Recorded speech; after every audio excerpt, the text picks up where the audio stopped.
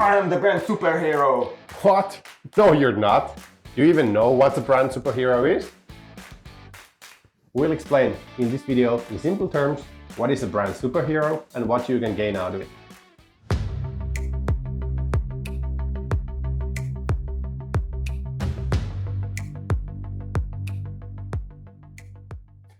Hey guys. Hello guys. Welcome back. I'm Ilari. I'm Marcel. This is another episode of Vihta. Which number are we in? Number 5. Nice.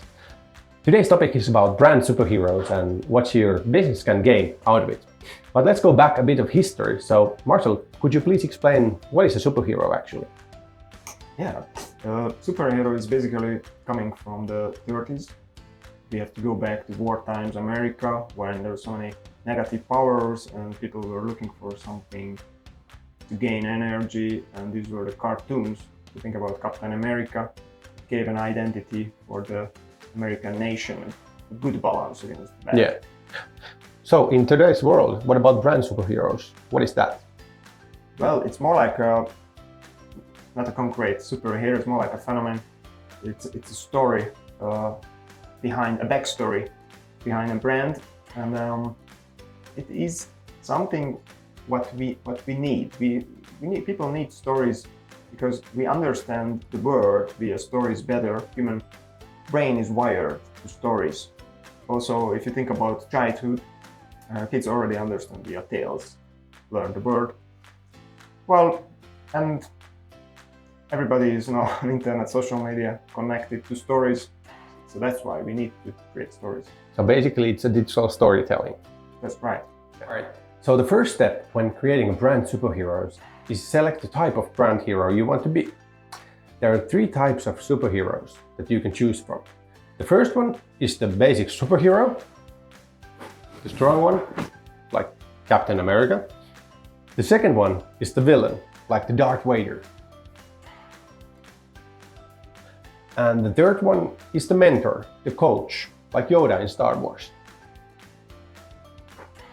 And select the type of brand hero that you want to be and you can really relate into. Don't select something that is really cool or sounds cool, but something that is really helpful for your brand, your processes, your personnel. And Marcel, which one would you choose? I would vote for Yoda, for the mentor. Your ratio, knowledge. Yeah, that's a good choice, and that's really one of the most used actually in the market. So the second step for the superhero is to have a nice backstory for it. So the backstory is like the storytelling for the brand, right? Yeah, you actually need a cohesive narrative that your story is based on something true. And you can connect to real people who are working by the company or some location. I tell you a sample, a few. If you think about Guinness, it's the harp shape, an icon. It represents Ireland. Yeah. But if we don't have to go so far. The Finnish small brewery Stallhagen, it represents the archipelago Åland. But how? Because they have good story. They found a shipwreck at the bottom of the ocean from early 800s, 18th century, and they found in a bottle the ferment in laboratory environment and managed to gain it and produce the old taste. So nowadays you can have a 200 years old taste on your table. Really nice story. So your brand superhero needs a story behind it.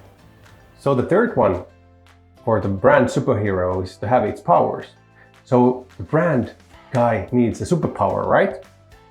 Yeah, or skills, Yeah. tools, equipment. If you think about some apps or softwares, they are all super tools like Slack or Zoom, Monday.com, Uber, Airbnb. Yeah, it's something that is not easily copied. That's something that has like a specific service model.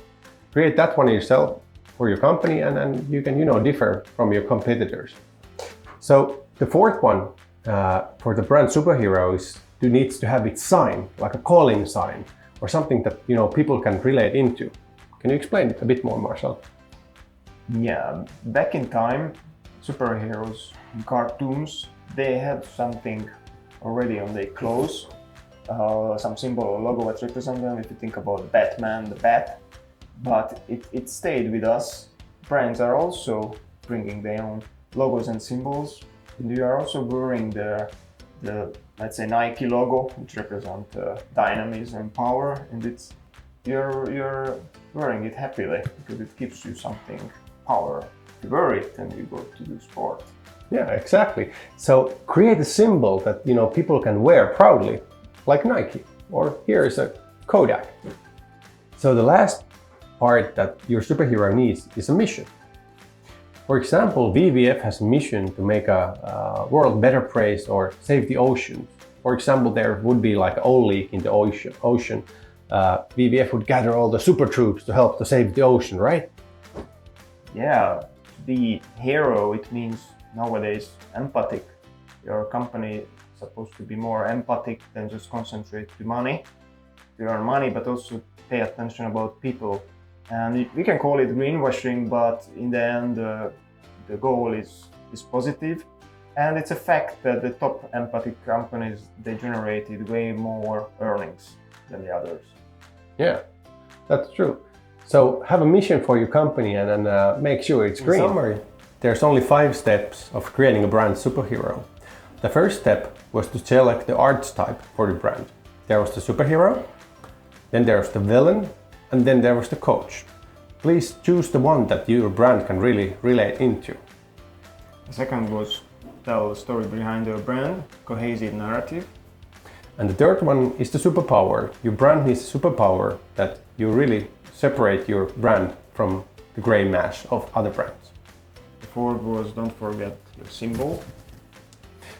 And the last one was to have a mission, to save the world. Yeah, and save for consumers money, time, and simplify the processes.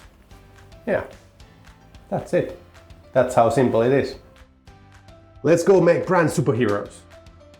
This has been another episode of Vihta. Thanks for watching, guys. Subscribe and comment us, hate or love. Thanks for watching. Thanks. Bye-bye.